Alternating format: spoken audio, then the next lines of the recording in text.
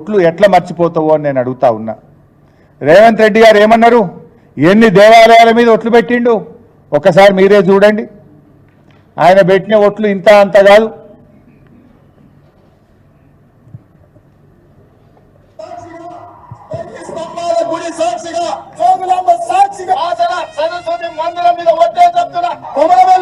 సాక్షిగా జూబ్లీస్లో ఉన్న పెద్దమ్మ సాక్షి, కోమూర్తి స్వామి సాక్షిగా, ఆమూరు సుందరపుట్ట సాక్షిగా, అనంతగిరి కొండల్లో ఉన్న పద్మనాభుడి సాక్షిగా, యాదగిరి గుట్ట లక్ష్మీ నరసింహ సాక్షిగా, మెదకు చర్చి సాక్షిగా, ఏడుపాయల దుర్గమ్మ సాక్షిగా, జాంగీర్పీర్ల దర్గా సాక్షిగా, శివరాజ్ సాక్షిగా, బావోజీ సాక్షిగా 15 ఆగస్టు లోపల 2 లక్షల రూపాయల రుణమాఫీ చేసి తీరుగా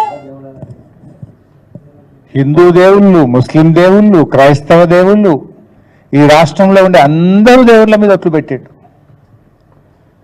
ఇవాళ రేవంత్ రెడ్డి గారు ఎన్ని దేవాలయాల మీద ఒట్లు పెట్టిండో మీరే విన్నారు.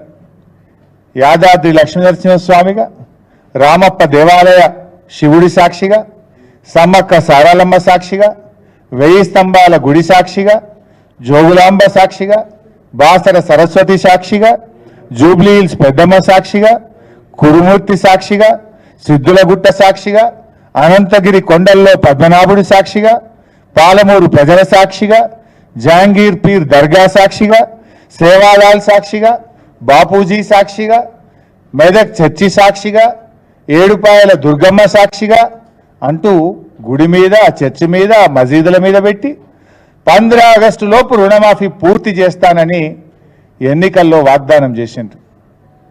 ఓడ దాటదాకా ఓడమల్లప్ప, ఓడ దాటినాక బోడమల్లప్ప. పార్లమెంట్ ఎన్నికలు పూర్తయిపోయినాయి. ఇవాళ చేతులు ఎత్తిండు రేవంత్ రెడ్డి గారు. ఇక్కడ బాధ కలిగేది ఏంటంటే, పాలకుడిగా నువ్వు పాపాలు మూడగట్టుకున్నావు.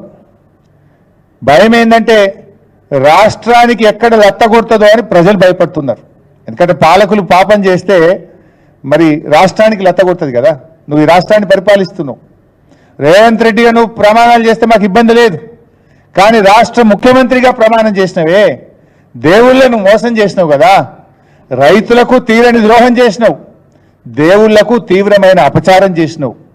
దేవుళ్ళ మీద ఒట్టుపెట్టి మాట తప్పిన పాపం ఊరికే పోదు, అది రాష్ట్రానికి చుట్టుకుంటుందేమో అని దేవుణ్ణి నమ్మే వాళ్ళంతా భయపడతా ఉన్నారు. ఆ భగవంతుడి మీద నమ్మేవాళ్ళు, ఆ చర్చిను నమ్మేవాళ్ళు, మసీదులను నమ్మే వాళ్ళను ఇవాళ వాళ్ళందరూ కూడా భయపడతా ఉన్నారు. నువ్వు ప్రాయశ్చిత్తం చేసుకుంటే మంచిదే, నువ్వు చేసుకునే రకం కాదు.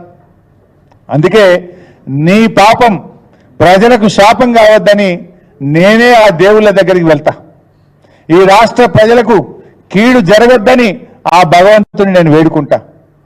అన్ని దేవాలయాలకు వెళ్తా, మెదక్ చర్చికి వెళ్తా, జహంగీర్ పీర్ దర్గా వెళ్ళి, దేవుడా ఈ పాపాత్ముని క్షమించు, ఈ పాపాత్ముడు రైతులు మోసం చేసిండు, నిన్ను కూడా మోసం చేసిండు, కానీ ఈ పాపాత్ముడు చేసిన తప్పుకు ప్రజలకు శిక్ష వేయకు, మా ప్రజలను మరి కీడు చేయకు అని ఆ భగవంతుని వేడుకోవడానికి ఆ దేవుళ్ళ దగ్గరికి, మెదకు చర్చికు, మన జహాంగీర్ పీర్ దర్గాకు వెళ్ళి ఆ దేవుణ్ణి, ఆ దర్గాకు మొక్కులు చెల్లించి మొక్కి వేడుకోవడానికి వెళ్దాం అనుకుంటున్నాం.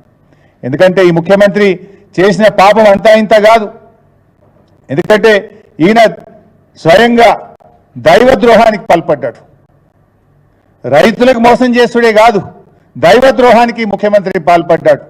పాలకుడు పాపం చేస్తే మరి అది రాష్ట్రానికి, రాష్ట్ర ప్రజలకు లెత్తగొట్టద్దనేదే నా ఆవేదన. అందుకే ఆ దేవుళ్ళ దగ్గరికి వెళ్తాం, ఆ దేవుళ్ళను వేడుకుంటాం. దేవుడా ఈ పాపాత్ముని క్షమించు, రాష్ట్రానికి హాని చేయకు అని చెప్పి ఆ భగవంతుని ప్రార్థించడం కోసం నేనే స్వయంగా దేవుళ్ళ దగ్గరికి మా ఎమ్మెల్యేలు, మా పార్టీ నాయకులం వెళ్ళి మరి ఆ భగవంతుని వేడుకోవాలనుకుంటా ఉన్నాం. ఎందుకంటే ఈ ముఖ్యమంత్రి ఇవాళ ఇంకోటి సింపుల్, మీరందరూ కూడా సీనియర్ జర్నలిస్టులు, రుణం మాఫీ అయిందా లేదా అని తెలుసుకోవడానికి ఏమైనా రాకెట్ సైన్స్